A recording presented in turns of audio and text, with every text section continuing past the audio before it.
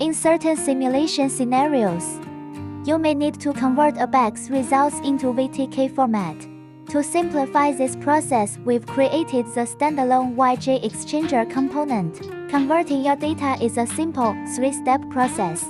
First, upload your ODB file. Second, select VTK as your output format. Finally, download the converted files. Then download the converted VTK format files to your local folder. Open ParaView and import the VTK file to verify the conversion results.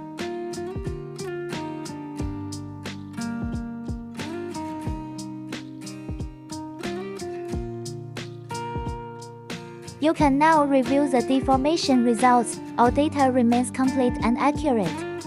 Beyond ODB format, YJExchanger supports conversion for over 10 CAE data formats, including Ansys, Fluent, Abaqus, Nastran, and Ensight.